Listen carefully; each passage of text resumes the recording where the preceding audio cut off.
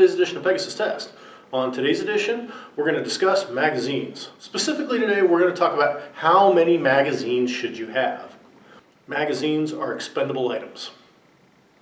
You wouldn't think so, and the price you have to pay for some of them for some guns, that idea sounds downright horrible, but it's a simple fact of life. When Eugene Stoner invented the original AR-15, the 20-round box magazine was intended to be a one-time use expendable item. The U.S. Army had different ideas and turned something that was designed to be expendable after one use into a multi-use item. And the quality of GI AR magazines really didn't improve until the invention of the green follower in the 1990s, and then later on in the early 2000s, the gold follower.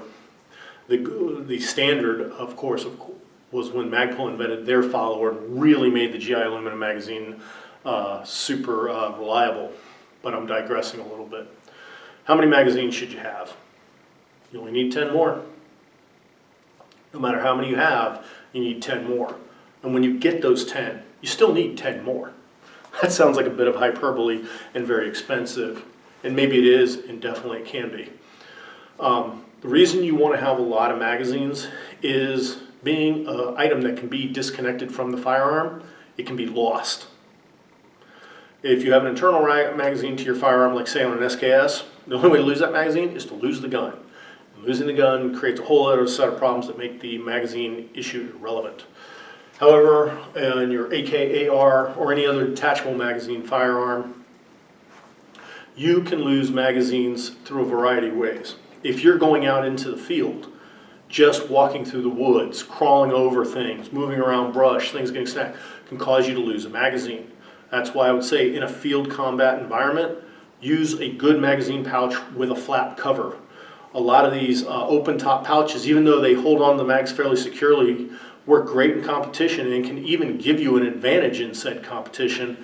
In the field, they become a liability because a lost magazine is lost ammo, it's lost part of your weapon, and it compromises your combat power because you might get down to where you need that magazine when you don't have it.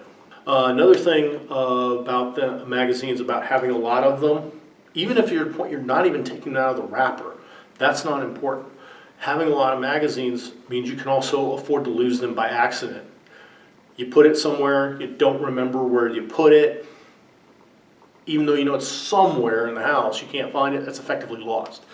You're out shooting with your buddies and you left it in the back of his car. You don't know when you're going to get around to see it again. He might not know where it is. It might be up under the seat with all the old Happy Meal French fries and all that other stuff. And it might be a long time before you get it back, if ever. I know my Desert Brutality 2019 experience. I'm the last guy on the last stage of the last day of the shoot. And I clear the first plate rack and do it with the last round of magazine. So dump that mag, run to the next section, new mag in, and there's all the hubbub, oh, the match is over, oh, you shot good, oh, this, that, blah, blah, blah, all this craziness and talking to everybody, and I totally don't remember that mag until the next day when I'm on the airplane. And there was no point reaching back out to the guys at SUPS for two reasons. One, they probably found it and didn't know who it belonged to, and at that point the match was over, they probably somebody kept it or threw it in the lost and found bin, I don't know. Never bothered to find out. But because I had a lot of Beretta M92 mags, and that particular one was a surplus GI mag that I paid $5 for at a gun show, not a loss that's devastating. Had I lost that mag, that very same GI surplus mag, back during the assault weapons ban, that would have been a loss of $50 and a whole lot bigger deal for me to deal with because one, I would have put a whole lot more effort into getting it back, and two, replacing it would have been another $50 investment. So one magazine holding 15 rounds of 9mm could end up being a $100 investment. That's crazy, but it's also a fact of life. So the fact that you can lose magazines and the fact that magazines at some point could be banned again, we don't know. You can never consider yourself safe. Having more than you need is never a bad investment. Now, what I'm not telling everybody is to immediately go out and hoard. It's going to drive prices up. No, just I have a golden rule. If I go to a gun show, I don't leave without a magazine.